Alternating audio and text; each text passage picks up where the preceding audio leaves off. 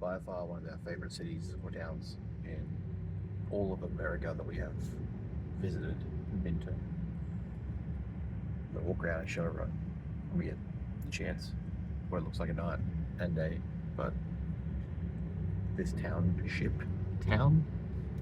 community is exactly what you would want as Americana, urban, modern America.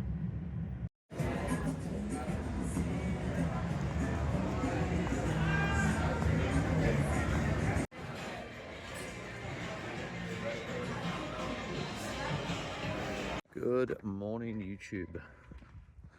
What is up, YouTube? So day one down in Virginia. We landed last night, quickly checked into arguably one of the nicest suburbs I think I've ever walked into in my entire life, and absolutely do not belong here whatsoever. To be staying here, coming from Caboolture, Brisbane, Queensland. Yeah, we've got a massive day on the cards today as far as I'm aware. Following around Cav, working with some of his athletes, watching him work with some of his athletes, getting hands-on, doing some training at the new DMV Iron, which is a massive gym and a really good bodybuilding model here in Virginia. So we're checking those guys out, getting a session in with some of Cav's athletes, I believe, as well as just watching him work and do his thing. We've got some business data to go through, strategies and planning to get into, and yeah, we're basically just gone out for our morning walk this morning, get some fasted steps in. Stomach is starting to settle a little bit. Had to put in some Imodium just to make sure that everything's settled for today. One of those things where get it settled, deal with it, and we'll figure out the rest later, because do not have the time to miss today or make mistakes today. So we'll get that taken care of, and we're going to try and find some good coffee, either that or the biggest C4 or Ghost can we can get our hands on. So go Ghost, Team Ghost, athlete. Yeah, so should be a very good day, should be a big day. Again, like we said on the way down here, this is pretty much the work portion of the trip now. Every day pretty much from this point onwards is just nothing but jam-packed of work and content, so it should be fun.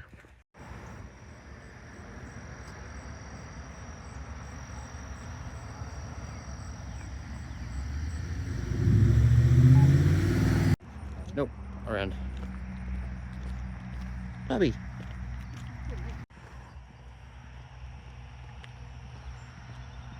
Oh, that was big.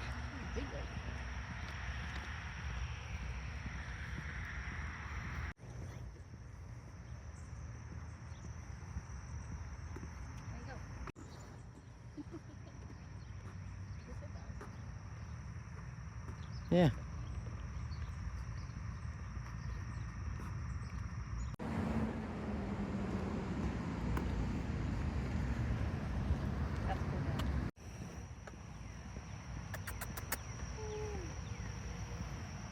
What up, Bugs? Yeah, what's up, Doc?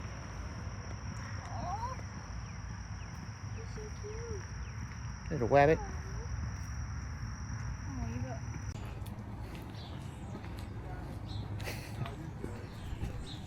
Or London, you're fucked. Yeah. The economy's fucked. The world's fucked. Mm-hmm. So let's just fuck up all the shitty people in the world, so they just do it in Australia. Yeah, Melbourne was a testing ground for COVID for sure. Yeah, and people don't realize that. Like it's a global testing ground for almost everything. That's why. Island away from everybody. Well, that's what you were supposed to be. You were just. Island. You just like they kicked out all the shitty people.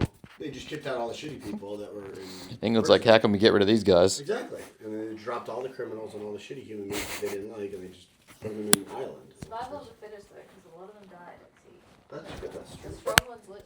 That's true. No scurvy over here. But people don't realize that. People have no idea there's Australian history. Yeah, they have no idea. It's fucking basically, Australia is Alcatraz for England. Yeah. Queen of It was, yeah. shipped us over there. So, like, when they went through, like, you know, like if you stole, like, bread or something like that because your family was hungry? Island. That's what that's Australia. But nobody knows that. Yeah. So they were like, why are Australians such like a bunch of bad? Like, well, that's what they fucking were. Yeah, it was. Really a history of And criminals. then you go over to Perth and you're like, these are the nicest people in the world. Yeah, like they migrated away from all the fucking criminals. Yeah, Yeah. Sydney was like like the landing spot. Exactly. Yeah. Like Perth is like, oh, like they don't even know the other group Not of even countries. related. They don't even know they exist. We tell this story every time we come over here because it's like mind blowing. So we have the same landmass size as you guys, right? But there's a road that crosses from the East Coast capital to the West Coast capital. In between it is literally desert and nothing. So like if you drive 12 hours inland in Australia, you're in the Simpson Desert. For you guys, you drive 12 hours inland, you cross 4 states and 5 different capital cities. And there's about 10 million people in between. For us, it's like there's signs on either side of the highway that says, if you don't fill up here, you'll die. So like make sure you got your oil, your water, petrol, gas, and make sure you've got like food supplies, because if you break down, no one's coming to get you. Or you'll get robbed by whoever's decided to live in the desert. Yeah. There's nothing there. And I happen to have like, That's scary. I think I have over 10 clients that live in the central part of Australia, which is crazy. But they do like buggies and they build things. So like they're the only people that keep everyone else alive. Yeah. I have like OBE. They run the largest organic farm, organic for Australia, and they handle all of that. So that's all the farmland. Are they in Alice Springs? They're all over Australia, but they're so our OBE it's organic meat, like Australian's organic beef. Yeah.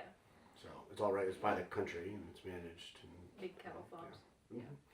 So, but that's a client of ours. And so I laugh because I'm like, I know exactly where you are. Like, oh, nobody knows where we are. I'm like, yeah, you're also in the middle of fucking nowhere. Middle of nowhere. You're an island in the middle of nowhere, and then you're in the middle of nowhere, that island. So for context, if you took like let's call it like Wyoming, but between Wyoming and California and Wyoming and New York, there was nobody. Yeah. That's what their country's like. Yeah. So like, there's only like, and how many people are in fucking Wyoming, right? Right. So it's like that, but then there's nobody else between them and New York and them in Long distance. that's exactly what it's like. Yeah. A population context. In all of Australia. California has 2.5 times the size of our entire country in population, inside the strip of California. Everyone lives on Yeah. the coastline. Yeah. So that's where it's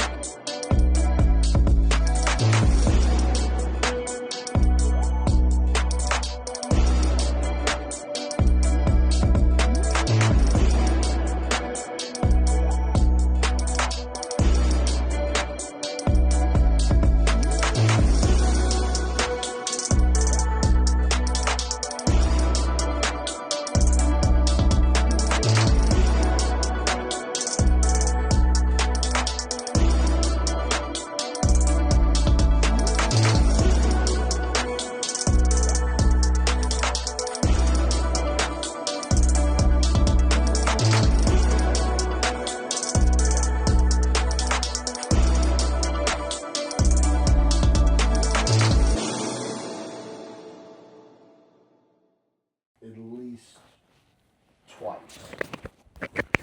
The third time, if he runs 3 times, we don't give a fuck. It's like, dude, I don't care if your hamstring's gonna fall off, if you feel like you're gonna break your leg running, you just run with everything you got. But you do need to prepare for this experience. He has never done that before. In 10 years as a pro athlete, he's never done that. And it's a huge mistake. It's a lean. It's a huge mistake in training, and I can't express how bad. Like, go ahead, come back now. Of like the planning aspect of that. Come one more time. Good, drop down. That when you plan that and you don't do it, it's like a no-no.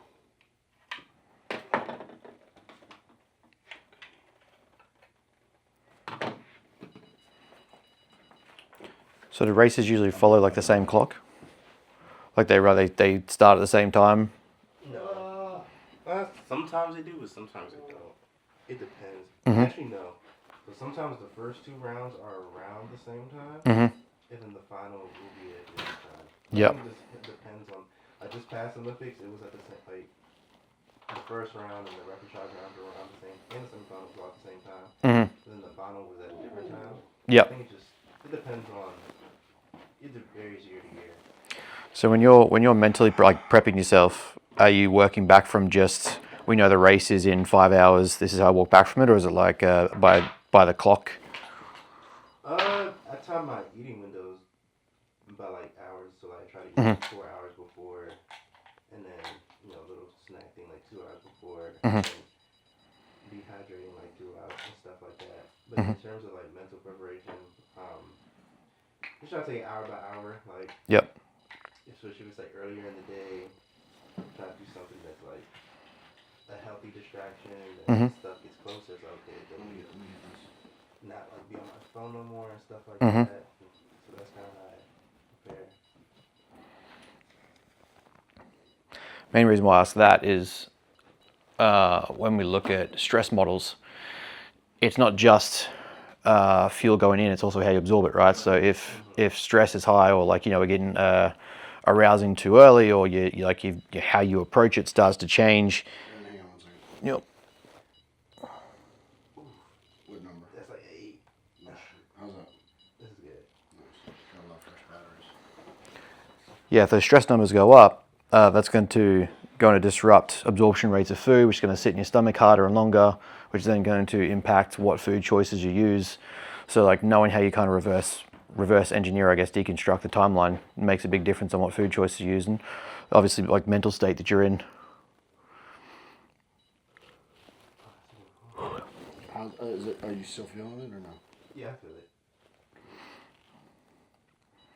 Have you found with like nutrition, like have you, like most athletes have, so it's probably a dumb question, but have you developed like nutritional or even just strategy rituals that you find quite useful, or like that you find work for you?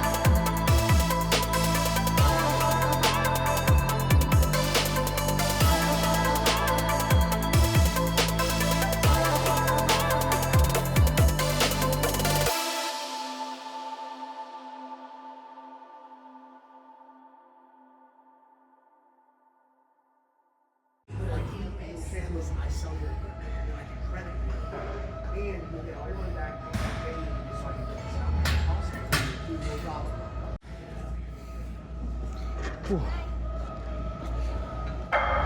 This is crazy.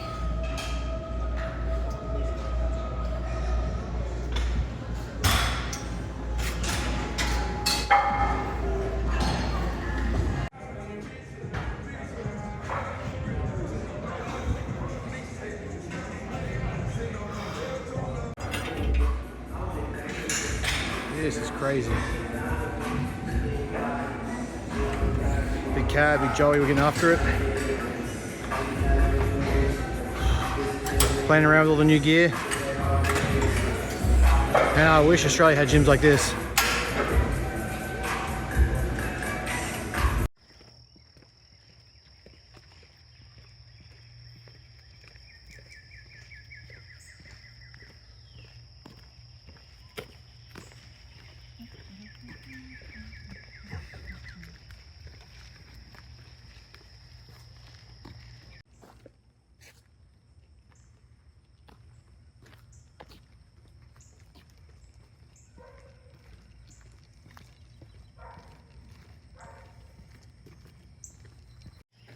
Good morning, YouTube. Couldn't be asked bringing the Osmo camera this morning, but took a nice little detour, try somewhere different. Got our coffees delivered. It is day two, technically day two in Virginia. Had an amazing day yesterday. Stomach has started to settle. It appears I may have had a bit of a parasite or something like that from some of the food mix that was available in Philly or Jersey, which is great. So I'm gonna be coming back about 10 kilos lighter, but feeling better this morning. So I should be able to get some training done eventually today as well. But yeah, yesterday was amazing. We had some time with some track athletes, some basketballers. We got a training session in with Joey Sly, the kicker from Tennessee, the Tennessee Titans, which was absolutely unreal. Dude's, you know, he's a textbook of knowledge, soaks up the love of training, which is great. You know, he doesn't just stick to positional training, just likes to be jacked and train hard, swole, and get big. So, you know, pair that with being a great kicker, it's pretty cool to be around and train with. So that was a great day yesterday. Feeling better today, so we should get more business work done. We've got some other things and some more catch-up stuff with Cav over the next few days. And of course, I want to get some training as well while we're here, as DMV Iron is easily one of the best gyms that I've ever been in. The leg area looks fantastic, so I'm gonna try and get a leg session there later on tonight. Got some consult work and some coaching work to get done today as well that we'll get into. But so yeah, the stomach settles down, what we do for, you know, food and capturing all that stuff. But right now I woke up absolutely fatigued, so we kind of missed training this morning. We're going to just try and rehydrate, get the body back to normal. Stomach is feeling more settled, so hopefully we have a good window of training and work today without being interrupted. So we shall take you along. So I'm going to absolutely die on this hill, but you do not need to become a fat fuck just because you go on a holiday. After many years of doing this, yes, on the convenience level, America is a much easier place to get fat, but the same convenience systems that people talk about, you know, obesogenic environments, and it's led to a systematic increase in obesity and health problems. That same convenience system is also available to be convenient for health. The amount of times I've been able to order, you know, sugar-free coffees, long blacks, cappuccino, like Americanos, the groceries that you can acquire at every other corner, basically. You can order on DoorDash, you can order on Uber Eats, you can order all these places and get these options delivered to you. You can have them pre-sent to you. You can have them where you need them to be. It all adds up and is available to you to use as a system. The issue is that most people don't want to work ahead, plan ahead, or think about it.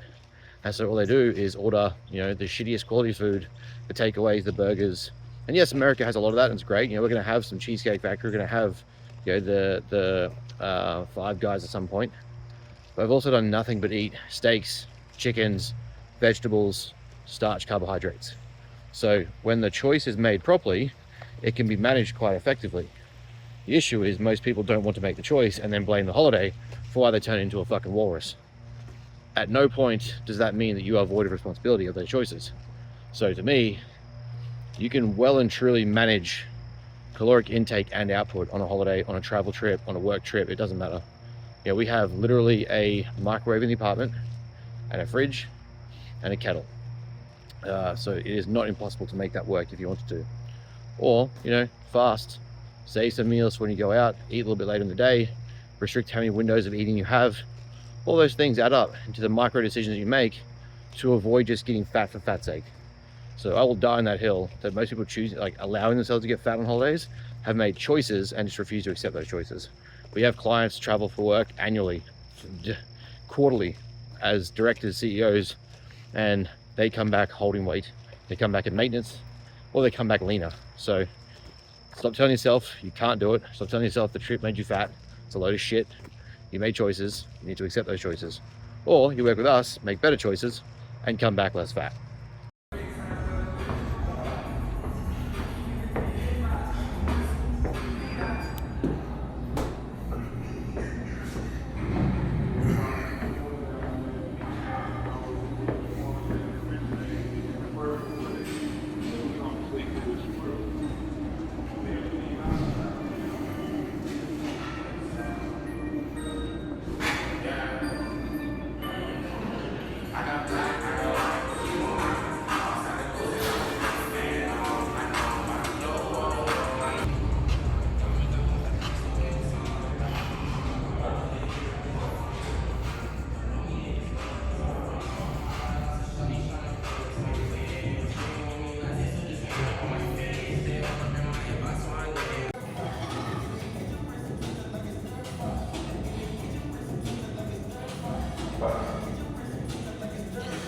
Yo, what is up, guys?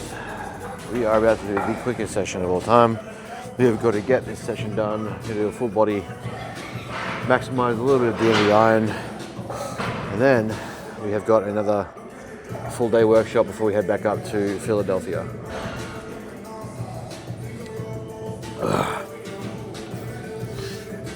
Right now, we're getting to do what we can. Gonna do 3 or 4 lower body exercises, 3 or 4 upper body exercises. Already check-in photos for Chris. My check-in done. There's client work done today as well.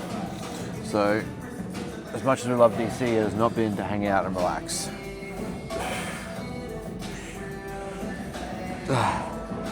Cannot wait to get home and get some treatment. Everything is tight.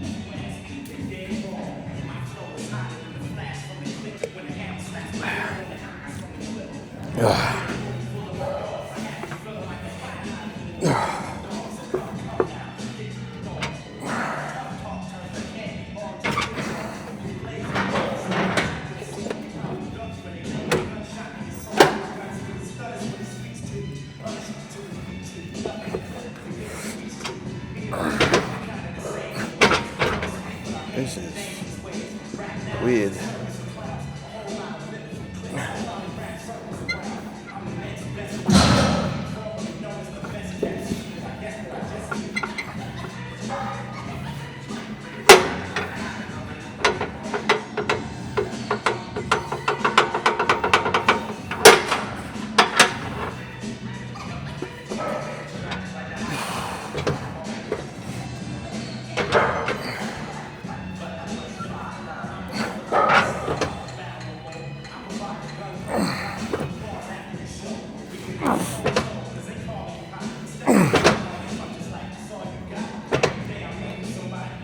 Ugh.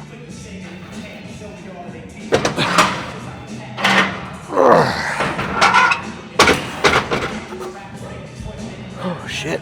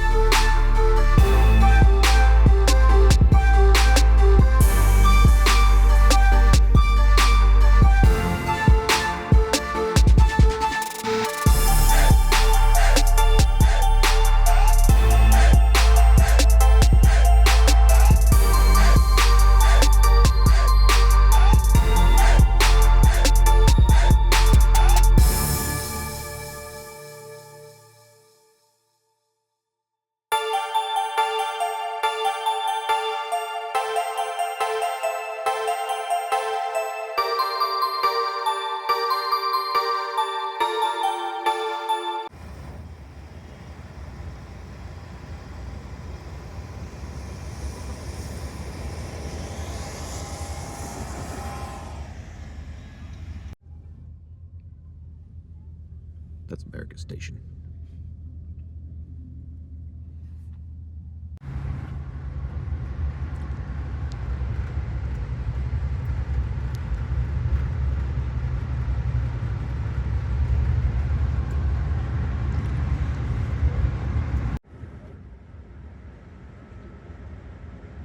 Right.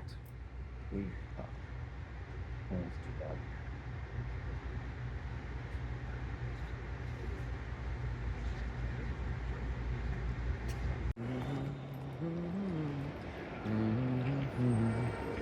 Convertible Mustang, 1941 GP Ford.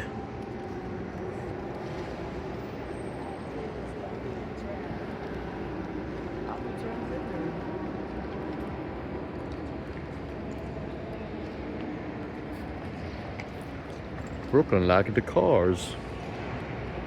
Hey mama, I like the car, go real fast.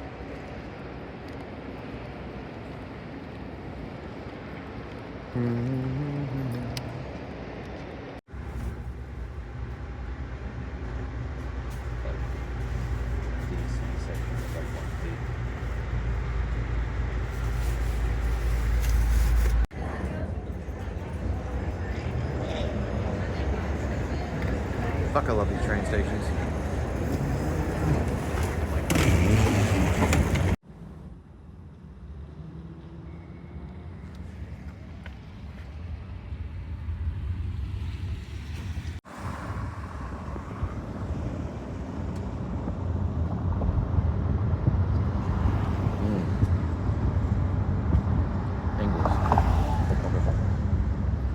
Professional. Alright guys, so we are back in Philadelphia. The ride to Washington was smooth. A little bit later, we ended up pushing the trip back a little bit further. We had some work to catch up with Cav and some things to go through, try and maximize our efficiencies back home. So some AI stuff, some AI systems that we can integrate in the business to be better, to show up better and deliver better. So it's worth pushing back and making the change. But we're back in Philly now. We've got a massive day tomorrow morning with Coach Vinny. We're catching up with CJ again before we leave. And then we are catching up, I believe, with Raj on Saturday for a training session for the client work, and just generally catching up. But yeah, all in all, we are just wrapping up the Thursday here in the second-ish week, kind of like second week that we've been here. And yeah, we're gonna get home, get unpacked, get settled back in, got 3 miles, split us up again. We really appreciate, and we will finish out the evening with some client check-ins. So that's that for another day.